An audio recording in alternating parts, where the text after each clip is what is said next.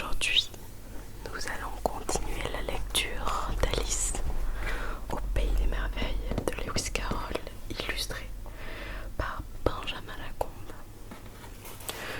Nous allons lire les chapitres 7 et 8, 9 s'il n'est pas trop long. Chapitre 7, chapitre 7e. Un thé chez les fous.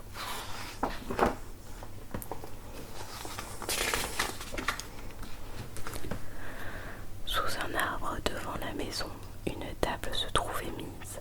Le lièvre de Mars et le chapelier y prenaient le thé. Sous un arbre devant la maison, une table se trouvait mise. Le lièvre de Mars et le chapelier y prenaient le thé. Plongés dans un profond sommeil, un loir était assis entre eux. Les deux compères appuyaient leurs coudes sur la tête du dormeur comme si c'eût été un coussin, et parlaient par-dessus sa tête. Cela doit être très pénible pour le loir, pensa Alice, mais comme il dort, je suppose qu'il en a cure. La table était une très grande table. Pourtant les trois convives étaient serrés les uns contre les autres à l'un de ces quatre angles. Pas de place, s'écrièrent-ils dès qu'ils virent arriver Alice s'approcher d'eux. De la place, il y en a à ne savoir qu'en faire, répondit avec indignation Alice, en s'asseyant dans un vaste fauteuil placé à l'un des bouts de la table. Vous prendrez bien un peu de vin, proposa d'un ton de voix des plus aimables le lièvre de Mars.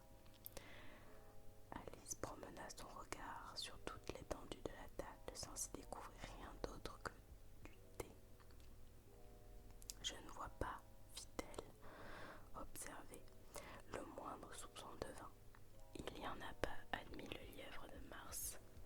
En ce cas, ce n'était pas très poli de votre part que de m'en offrir, répliqua Alice en colère.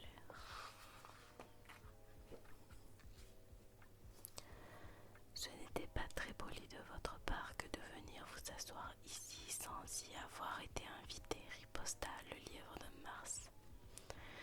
Je ne savais pas que cette table vous fût réservée, répartirent Alice, et elle est mise pour bien plus de 3 personnes. Vous auriez grand besoin d'une coupe de cheveux, dit le chapelier.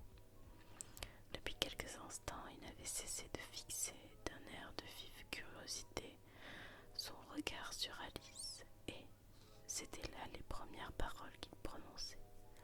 Vous devriez apprendre à ne pas faire des remarques personnelles, répliqua d'un ton sévère Alice. Cela est très grossier.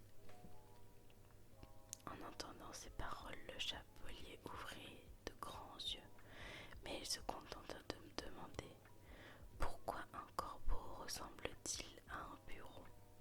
Fort bien, nous allons à présent nous amuser, pensa Alice. Je suis contente que l'on ait commencé de poser des devinettes. Je crois que je pourrais deviner celle-là, ajouta-t-elle à haute voix. Voulez-vous dire, demanda le lièvre de Mars, que vous pensez pouvoir trouver la réponse à la question? Précisément, répondit Alice. En ce cas, poursuivit le lièvre de Mars, vous devriez dire ce que vous pensez.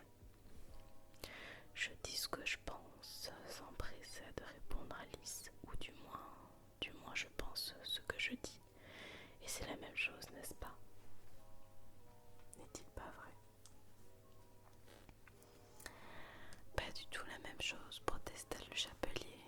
Tant que vous y êtes, vous pourriez aussi bien dire que je vois ce que je mange, c'est la même chose que je mange ce que je vois.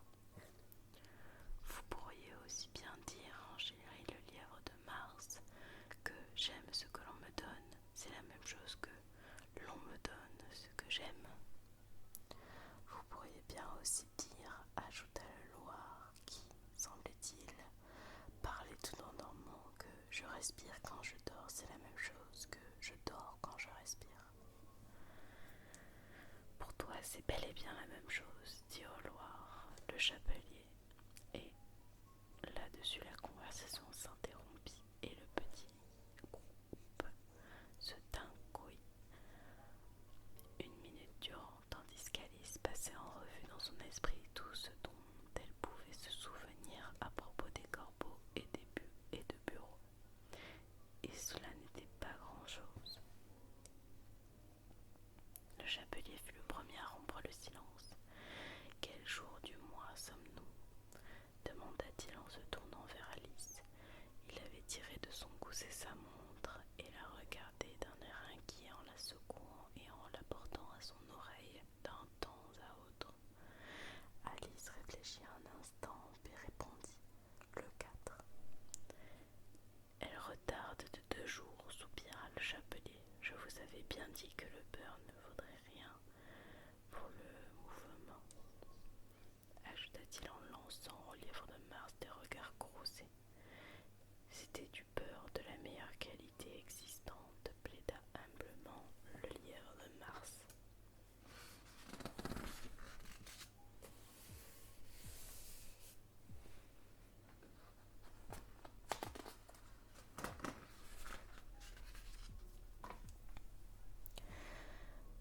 Oui, mais on y aura introduit en même temps des miettes, grommela le chapelier. Vous n'auriez pas dû y mettre le beurre avec le couteau à pain.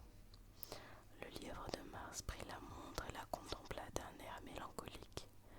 Puis il la plongea dans sa tasse de thé et la contempla de nouveau. Mais il ne put imaginer rien de mieux que de répéter en substance sa remarque initiale. C'était, croyez-moi, du beurre de la meilleure qualité qui fût. Alice avait non sans quelque curiosité regardé par-dessus son épaule. Quelle drôle de montre, remarqua-t-elle. Elle indique le jour du mois et elle ne dit pas quelle heure il est. Pourquoi le dirait-elle ? Grommelait le chapelier. Est-ce que votre montre, à vous dit à quelle année nous sommes ? Bien sûr que non, répondit sans la moindre embarras Alice. Mais ce n'est pas parce que l'on reste dans la même année durant un très long laps de temps. C'est précisément ce qui se produit dans le cas de ma montre à moi, dit le chapelier. Alice se trouva terriblement déconcertée. La remarque du chapelier lui semblait dépourvue de toute signification et pourtant elle était grammaticalement correcte. Je ne saisis pas très bien, dit-elle aussi poliment que possible. Le loir s'est endormi, fit observer le chapelier, et il versa sur le museau du petit animal un peu de thé brûlant. Le loir, d'un air agacé, secoua la tête et, sans ouvrir les yeux, murmura « Bien sûr, c'est là précisément ce que moi-même j'allais dire. » Allez-vous trouver la réponse à la devinette ? Demanda le chapelier en se retournant derrière vers Alice. Non, je donne ma langue au chat, répondit Alice. Quelle est cette réponse ? Je n'en ai pas la moindre idée, avoua le chapelier. Moi non plus, reconnut le lièvre de Mars. Alice poussa un soupir de lassitude. Je pense, dit-elle, que vous auriez sûrement mieux à faire de votre temps que de le gaspiller à poser des devinettes auxquelles il n'y a pas de réponse.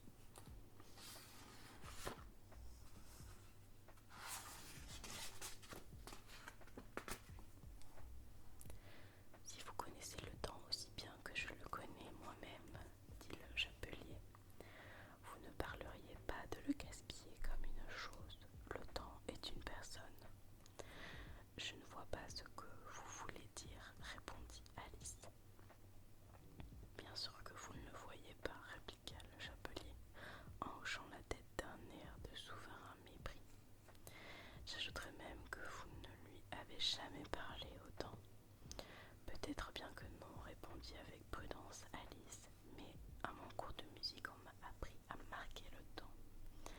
Ah, dit le chapelier, voilà qui explique tout. Le temps n'admet pas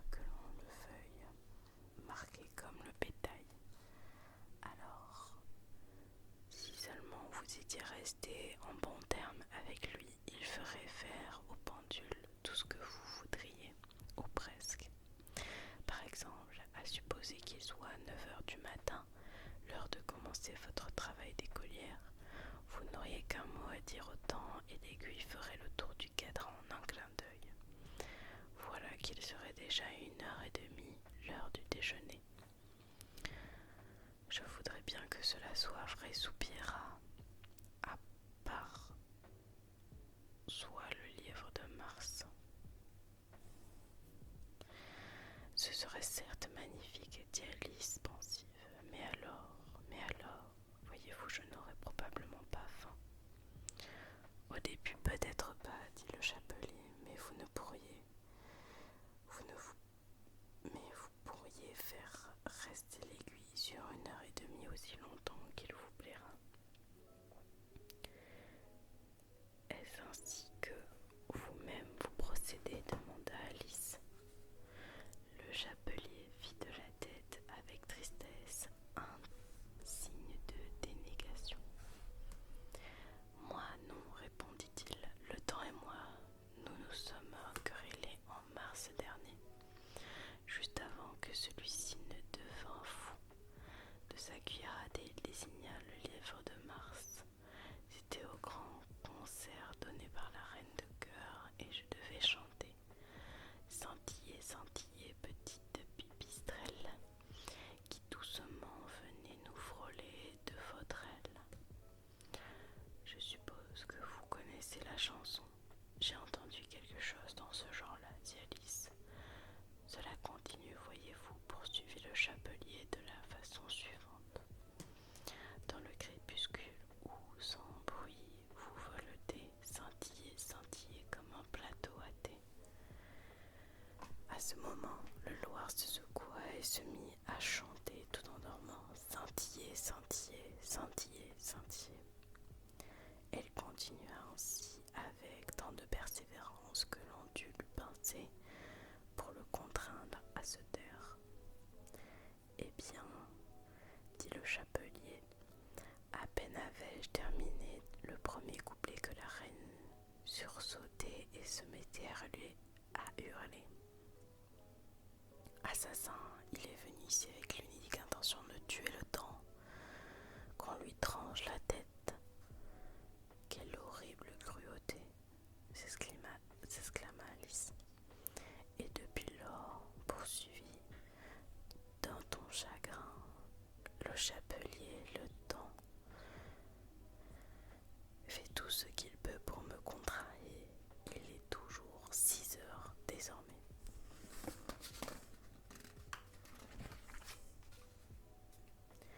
Une idée lumineuse vint à l'esprit d'Alice. Est-ce pour cela, s'enquit-elle, qu'il y a sur cette table tant de tasses et tant de soucoupes? Oui, c'est bien pour cela, admit dans un soupir le chapelier. C'est toujours l'heure du thé. Nous n'avons jamais le temps de faire la vaisselle. Alors vous faites sans arrêt le tour de la table, je suppose, demanda Alice. Effectivement, dit le chapelier, à mesure que les tasses ont été utilisées.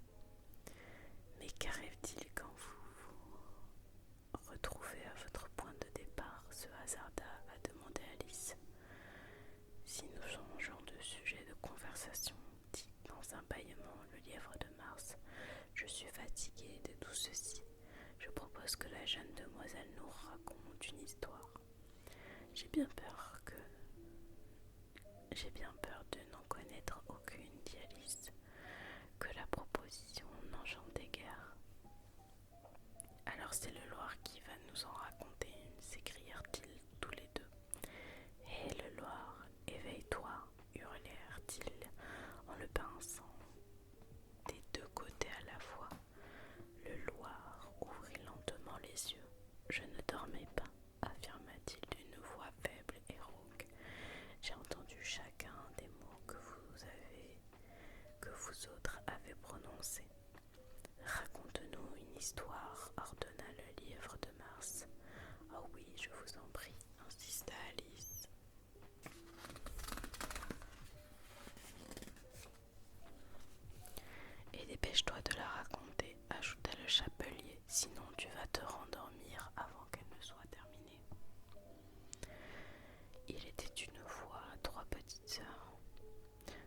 commença de dire, dans une grande précipitation, le Loir. Elle se nommait Elsie, Lassie et Tilly, et elle vivait au fond d'un puits. De quoi se nourrissait-elle sans qu'Alice, qui prenait toujours un vif intérêt aux questions concernant le boire et le manger? Elle se nourrissait de mélasse, affirma le Loir, après une minute ou deux de réflexion. Voyons, elle n'aurait pas pu se nourrir ainsi, fit gentiment observer Alice. Elle serait tombée malade. Justement, elle s'était malade, répondit le Loir, très malade. Alice essaya de s'imaginer ce à quoi pouvait bien ressembler une si extraordinaire mode de vie, mais c'était trop déconcertant pour elle et elle préféra poursuivre. Mais pourquoi vivait-elle au fond d'un puits? Reprenez donc un peu de thé, proposa d'un air pénétré à Alice le lièvre de Mars. Je n'ai encore rien pris du tout, répartit-elle d'un ton de voix offensé, et je ne saurais donc reprendre de rien.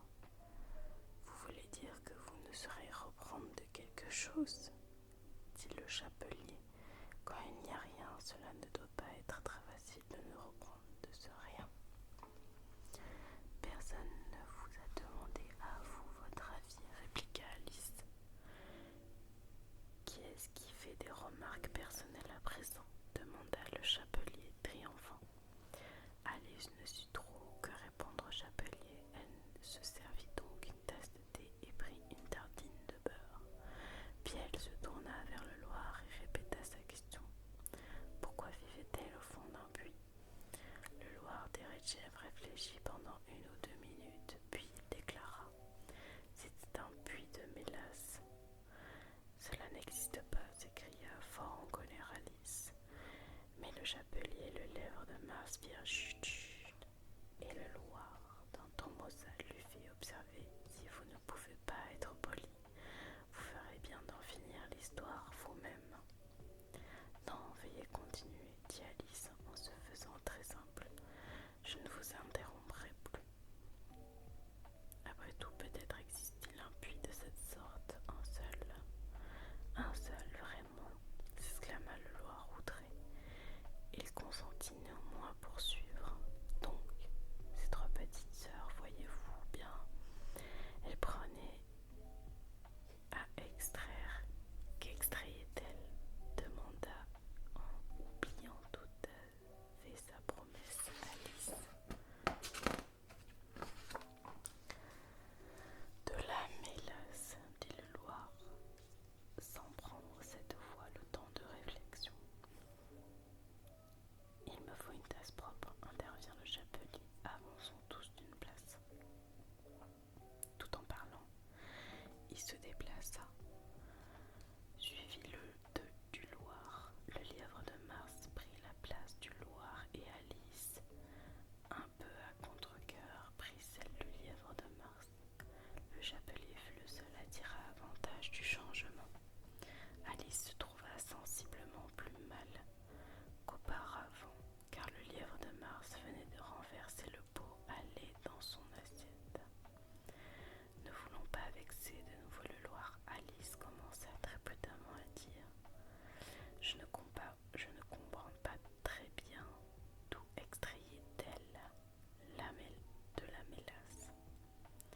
On extrait du pétrole d'un puits de pétrole, répondit le chapelier. Je pense donc que l'on peut extraire de la mélasse d'un puits de mélasse. Ah, pauvre idiote.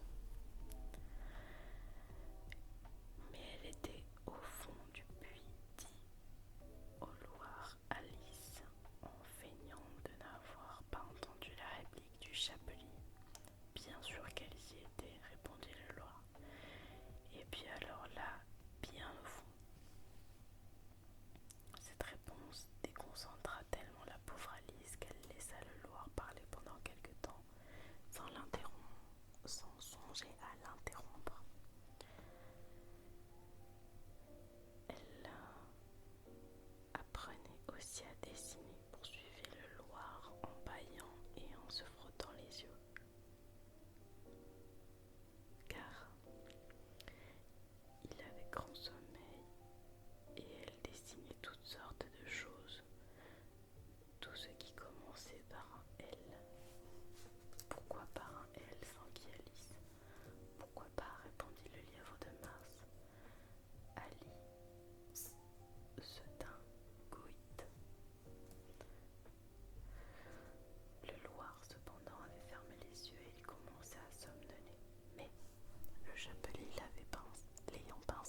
se réveilla en poussant un petit cri plaintif et poursuivit, qui commençait par elle, tel les lance-pierres, la lune, la lucidité, la lurette. Vous savez que l'on dit de certains événements plus ou moins éloignés dans le passé qu'ils se sont produits il y a belle lurette. Avez-vous jamais vu un dessin représentant une lurette? À dire vrai, maintenant que vous me le demandez, avoua Alice, qui ne savait plus du tout où elle en était, je ne pense pas. En ce cas, vous auriez intérêt à vous taire, dit le chapelier. Une telle insolence était plus qu'Alice n'en pouvait supporter. Complètement écœurée, elle se leva et s'éloigna. Le Loir sombra instantanément dans le sommeil et aucun des deux autres ne prêta la moindre attention au départ d'Alice, qui se retourna 2 ou 3 fois dans le vague espoir qu'elle la rappellerait. La dernière fois qu'elle les vit, il essayait d'introduire de force le Loir dans la théière. En aucun cas je ne reviendrai en ces lieux-ci, déclara tout en cheminant avec circonspection à travers bois Alice. C'est bien là le dé le plus insupportable auquel il m'était été donné d'assister de ma vie.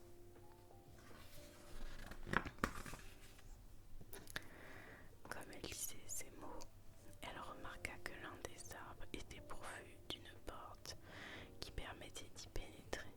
Voilà qui est fort curieux, pensa-t-elle. Mais qu'est-ce qui n'est pas curieux aujourd'hui?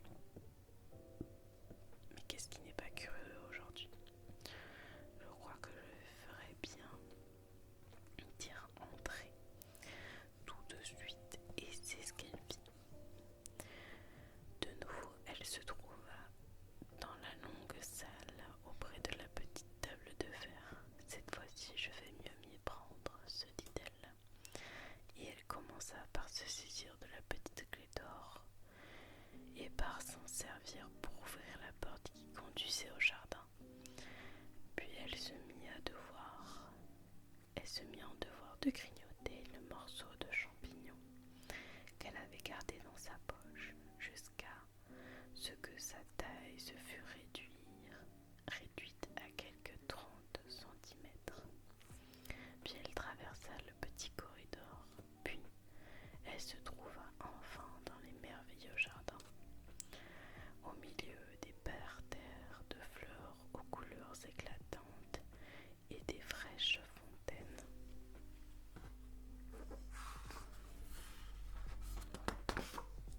Chapitre 8e. Le terrain de croquet de la reine.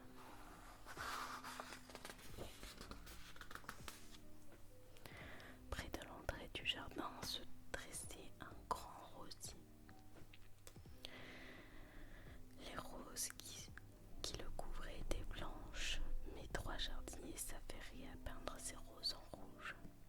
Alice se dit que c'était là un bien étrange occupation, et elle s'approcha pour les regarder faire.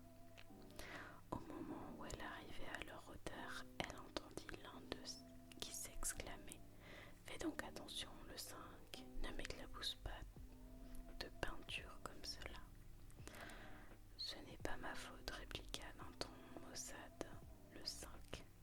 C'est le 7 qui m'a poussé le coude. » En entendant cela, le 7 leva les yeux et dit: « Félicitations, le 5, toujours à prétendre que c'est la faute d'autrui. » « Toi, tu ferais mieux de te taire, répliqua le 5. Pas plus tard qu'hier, j'ai entendu la reine dire que tu méritais d'avoir la tête tranchée. » Pourquoi cela? Demanda celui qui avait parlé le premier.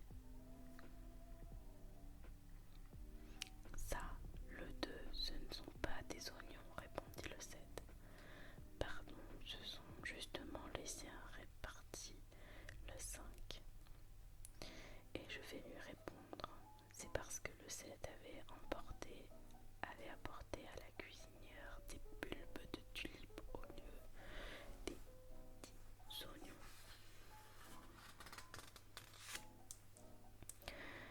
Cosette jeta par terre son pinceau et il venait de dire: certes, de toutes les injustices.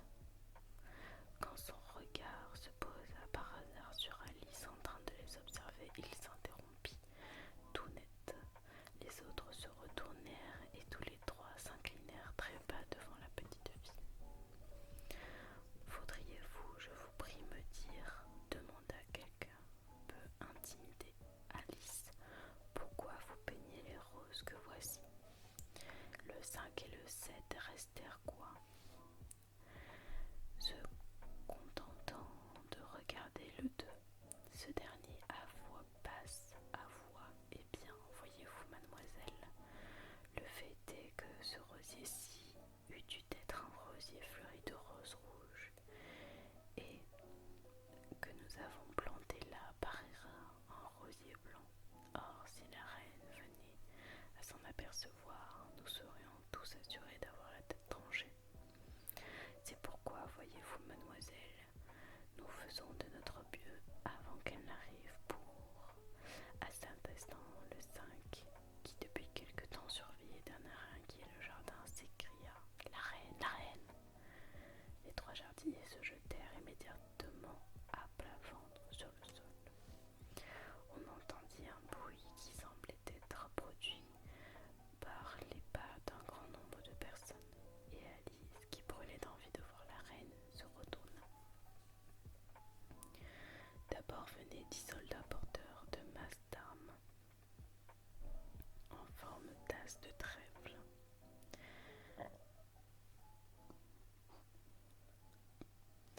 Ces soldats étaient tous, comme les trois jardiniers, plats et rectangulaires. Leurs mains et leurs pieds se trouvaient fixés à leurs 4 ongles.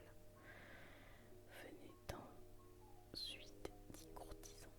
Ceux-ci portaient des habits constellés de diamants taillés en forme d'as de carreaux et marchaient 2 par 2 comme les soldats. Après eux venaient les enfants royaux. Ils étaient en nombre de 10, et ces chers petits s'avançaient par couple, la main dans la main, en sautelant gaiement. Ils étaient ornés de cœurs de la tête aux pieds. À leur suite venaient les invités, rois et reines pour la plupart, parmi lesquels Alice reconnut le lapin blanc. Ils parlaient de manière craintive et précipitée, en souriant de tout ce que l'on disait. Et il passa près d'Alice sans faire attention à elle. Suivait encore le valet de cœur portant la couronne royale sur un coussin de velours écarlate, et à la fin de cet imposant cortège venaient le roi et la reine de cœur. Alice se demanda si elle ne devait pas se prosterner devant eux face contre terre, comme les trois jardiniers l'avaient fait, mais elle ne put se rappeler avoir jamais entendu dire qu'il fût de règle d'agir ainsi au passage des cortèges. Du reste, se disait-elle, à quoi pourrait bien servir un cortège si les gens devaient tous se prosterner devant lui, face contre terre, et ne pouvaient pas le voir passer. Elle resta donc debout là où elle se trouvait, et elle attendit. Quand les personnages qui formaient le cortège arrivèrent à la hauteur d'Alice, ils s'arrêtèrent tous pour la regarder, et la reine demanda d'un ton de voix sévère: qui est-ce donc? Elle s'adressait au valet de cœur qui, pour toute réponse, s'inclina en souriant. Crétin, s'exclama la reine de cœur en relevant la tête d'un air impatient, puis elle se tourna vers Alice. Elle poursuivit: comment vous nommez-vous, mon enfant? Je me nomme Alice, s'il vous plaît, à votre majesté, répondit très poliment la fillette, mais elle ajouta à part soi: ma foi, ces gens-là, après tout, ne sont qu'un jeu de cartes, je n'ai nullement raison d'avoir peur d'eux. Et qui sont ceux-ci? Demanda la reine en montrant du doigt les trois jardiniers prosternés autour du rosier, car voyez-vous bien, du fait qu'ils étaient couchés face contre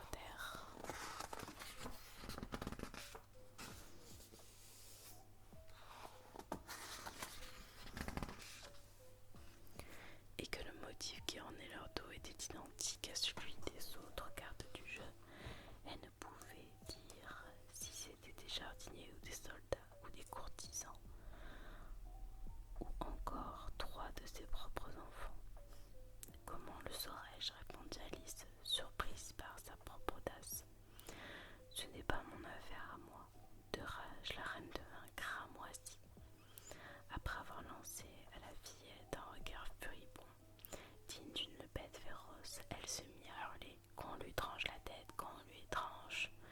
Sottise de tout cela, dit d'une voix forte et décidée Alice, et la reine se tint coite. Le roi mit la main sur le bras de son épouse en lui faisant timidement remarquer: veuillez considérer, cher ami, que ce n'est là qu'une enfant. La reine se détourna de lui avec colère et ordonna au valet: retournez-les. Le valet, très délicatement du bout du pied, retourna les cartes. Debout, cria la reine d'une voix stridente et exaspérée. Les 3 jardiniers se dressèrent tout aussi tôt d'un bond et se mirent à faire des courbettes devant le roi, la reine, les enfants royaux et tous les autres assistants. Arrêtez, clapirent la reine, vous me donnez le tournis. Puis se tournant vers le rosier, elle poursuivit: qu'étiez-vous donc en train de faire là? Plaise à votre majesté, répondit d'un ton de voix très humble le deux en mettant un genou à terre. Nous essayons. Je vois, dit la reine, qui entre-temps avait examiné les roses, qu'on lui tranche la tête. Le cortège se remit en marche. Trois des soldats s'en dépêchant pour exécuter les infortunés jardiniers qui se précipitèrent vers Alice pour implorer sa protection. On ne vous tranchera pas la tête, affirma, en les mettant dans un grand pot de fleurs qui se trouvait à proximité, Alice. Les 3 soldats les cherchèrent de tous les côtés pendant 1 minute ou 2, puis s'en allèrent tranquillement reprendre leur place dans le cortège. Leur a-t-on bien tranché la tête, sans qui? As-tu tête, la reine? Ils ont bel et bien perdu la tête. S'il vous plaît, à votre majesté, répondirent à tue-tête les soldats. C'est parfait, cria la reine. Savez-vous jouer au croquet? Les soldats se tenèrent court en regardant Alice, à qui la question évidemment s'adressait. Oui, cria Alice. Venez donc alors, rugit la reine. Et Alice se joignit au cortège en se demandant bien ce qui allait se passer ensuite. Il fait très beau temps aujourd'hui, dit tout près d'elle une voix craintive. Elle cheminait aux côtés du lapin blanc qui fixait sur son visage un regard inquiet. Très beau, répondit Alice. Où donc est la duchesse? Chut, chut, chuchota vivement le lapin, en laissant derrière lui des regards pleins d'appréhension.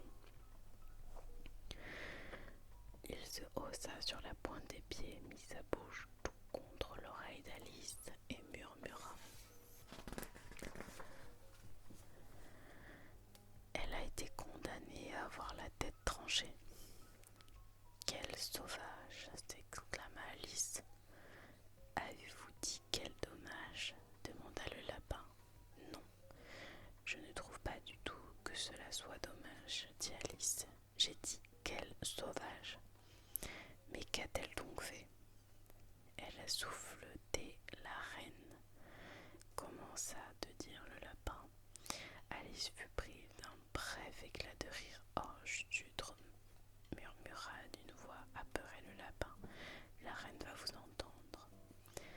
Voyez-vous, la duchesse était arrivée très en retard et la reine avait...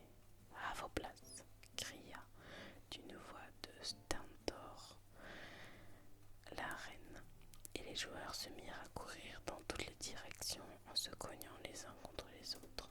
Néanmoins, au bout d'1 ou 2 minutes, chacun se trouvait à son poste et la partie commençait. Alice se dit qu'elle n'avait de sa vie vu aussi bizarre terrain de croquet. Il n'avait constitué que de creux et de bosses. Les poules étaient des hérissons vivants et les maillets des flamants vivants. Les soldats devaient se plier en deux, pieds et mains appuyés au sol pour former les arceaux. La principale difficulté l'est plus pour Alice. Trait au maniement de son flamand. Elle réussissait assez aisément à le tenir à bras le corps, les pattes pendantes. Mais en général, au moment précis où, ayant obtenu un raidissement satisfaisant du cou de l'oiseau, elle s'apprêtait à lui faire frapper de la tête le hérisson. Comme par un fait exprès, le flamand se retournait pour la regarder dans les yeux d'un air si intrigué qu'elle ne pouvait s'empêcher d'éclater de rire. Et quand elle lui avait fait baisser la tête et s'apprêtait à recommencer, il était exaspérant de constater que le hérisson s'était déroulé et qu'il s'éloignait de son allure traînarde. En outre, il se trouvait presque toujours au creux ou une bosse sur la trajectoire qu'elle voulait imprimer au hérisson. Et comme, de plus, les soldats pliés en deux ne cessaient de se redresser pour s'aller placer en d'autres secteurs du terrain, Alice en arriva vite à conclure que c'était là vraiment un jeu très difficile. Les joueurs jouaient tous en même temps sans attendre leur tour. Ils ne cessaient de se quereller et de se disputer. Les hérissons. Au bout d'un très court laps de temps, la reine entra dans une furieuse colère et se mit à arpenter le terrain en trépignant et en criant à peu près une fois par minute: qu'on lui tranche la tête à celui-ci, qu'on lui tranche la tête à celle-là. Alice commençait à se sentir très mal à l'aise. Certes, elle ne s'était pas encore disputée avec la reine, mais elle savait que cela pouvait se produire à tout moment. Et alors, pensa-t-elle, qu'adviendrait-il de moi? Ils sont terribles ici avec leur manie de trancher la tête des gens. Ce qui m'étonne, c'est qu'il y avait encore des survivants. Elle était en train de promener autour d'elle son regard, à la recherche de quelques moyens de s'enfuir, et elle se demandait si elle pourrait s'éloigner sans que l'on s'en aperçût. Lorsqu'elle remarqua dans les airs une étrange apparition, celle-ci tout d'abord l'intrigua fort, mais après l'avoir observée attentivement pendant une minute ou deux, elle comprit qu'il s'agissait d'un sourire et elle se dit: ça, c'est le chat de Cheshire. Maintenant, je vais avoir quelqu'un avec qui causer. Que devenez-vous? Demanda le chat dès qu'il eut assez de bouche pour parler. Alice attendit que les yeux du chat apparussent pour la saluer d'un signe de tête. Il est inutile de lui adresser la parole, pensa-t-elle, tant que ses oreilles ne seront pas manifestées. En tout cas, tant que l'on ne verra pas au moins l'une d'elles. Une minute plus tard, la tête tout entière était visible. Alice posa alors par terre son flamand et entreprit de faire au chat un compte-rendu de la partie de croquet, toute heureuse qu'elle était d'avoir en face d'elle quelqu'un qui l'écoutât. Le chat jugea sans doute qu'une partie suffisante de sa personne était maintenant visible, car rien de plus de lui n'apparut. Je ne crois pas que ces gens pratiquent un jeu correct, commença de dire, d'un ton de quelqu'un qui n'était pas très content, Alice. Ils se disputent d'une façon si épouvantable que l'on ne s'entend plus parler, et, en outre, il semble qu'il n'y ait pour eux aucune règle précise. En tout cas, s'il existe des règles, nul ne les observe. Et vous ne sauriez imaginer combien il est troublant d'avoir affaire à tous ces accessoires vivants.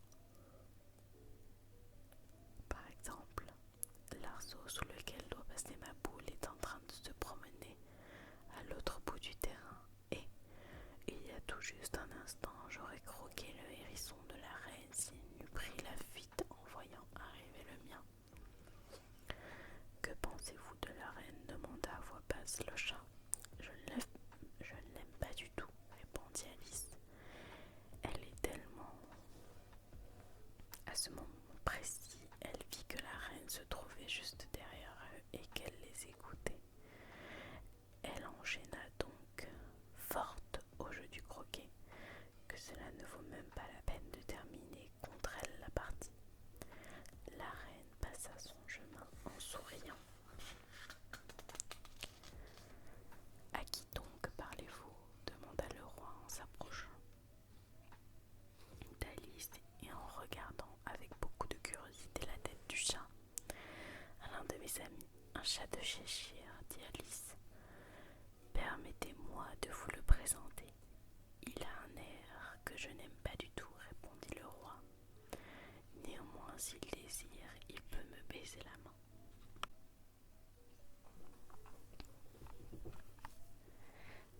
Je préférerais, avoua le chat, m'en dispenser. Ne faites pas l'impertinent, dit le roi, et ne me regardez pas comme cela, ajouta-t-il en se cachant derrière Alice. Pourquoi, dit Alice, un chat ne regarderait-il pas un roi? Un chien regarde bien un évêque. J'ai lu cela dans un livre, mais je ne me rappelle plus lequel. Eh bien, il faut l'enlever d'ici, dit d'un air résolu le roi, et il interpella la reine qui passait à ce moment-là. Ma chère amie, je voudrais bien que vous finissiez enlever ce chat. La reine ne connaissait qu'une seule façon de résoudre toutes les difficultés, grandes ou petites. Qu'on lui tranche la tête, ordonna-t-elle sans même se retourner. Je vais moi-même aller chercher le bourreau, dit avec empressement le roi, et il s'éloigna en toute hâte. Alice pensait qu'elle ferait peut-être bien de retourner voir comment le jeu se déroulait, quand elle entendit au loin la reine qui poussait des hurlements de fureur. Elle l'avait déjà entendu comme condamner 3 joueurs à avoir la tête tranchée parce qu'ils avaient laissé passer leur tour, et elle n'aimait pas du tout la tournure que prenaient les événements. Car une telle confusion régnait dans le jeu qu'elle ne pouvait savoir si c'était ou non son tour de jouer. Elle s'en fut donc à la recherche de son hérisson. Celui-ci était en train de livrer bataille à l'un de ses congénères, et Alice estima que c'était l'occasion ou jamais d'utiliser l'un d'eux pour croquer l'autre. Le seul ennui, c'était que son flamand était allé se réfugier à l'autre bout du jardin, où Alice pouvait le voir qui s'efforçait désespérément de s'envoler pour aller se percher sur l'un des arbres. Avant qu'elle eût capturé et ramené le flamand, la bataille était terminée et les 2 hérissons avaient disparu. Mais cela n'avait pas grande importance, se dit Alice, puisque tous les arceaux ont quitté ce secteur du terrain. Elle serra donc le flamand sous son bras pour qu'il ne pût s'échapper des Redchef, puis revint vers son amie pour continuer la conversation.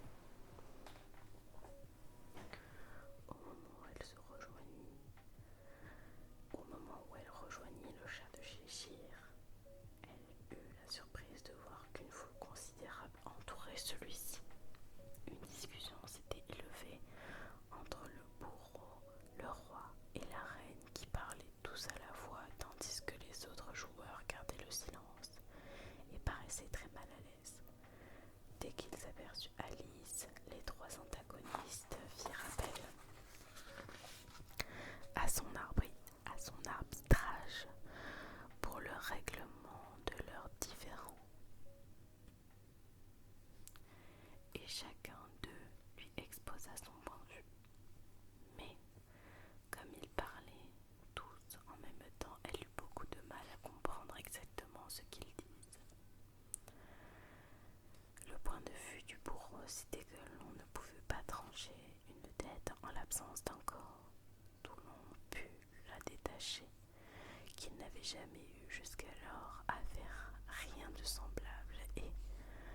ce n'était pas à son âge qu'il allait commencer. Le point de vue du roi, c'était que tout être possédant une tête pouvait être décapité et qu'il fallait cesser de dire des sottises. Le point de vue de la reine, c'était que si l'on ne prenait pas une décision à l'instant même, elle allait faire exécuter tous les assistants. C'était cette façon d'envisager le problème qui avait si fort assombri et inquiété l'Assemblée. Alice ne trouva à dire qu'une chose. Il appartient à la duchesse. Vous feriez mieux de lui demander à elle son avis à ce sujet. Elle est en prison, dit la reine au bourreau. Allez l'y chercher